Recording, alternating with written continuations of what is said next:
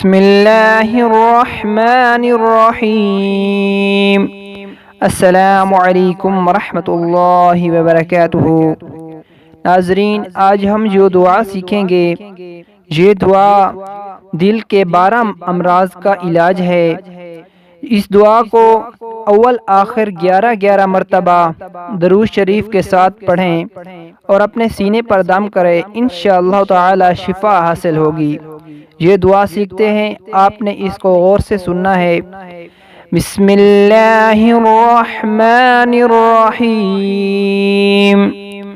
یا اللہ یا رحمن یا رحیم، دلی ما کن مستقیم بحق، ایاک نعبد و ایاک نستعین۔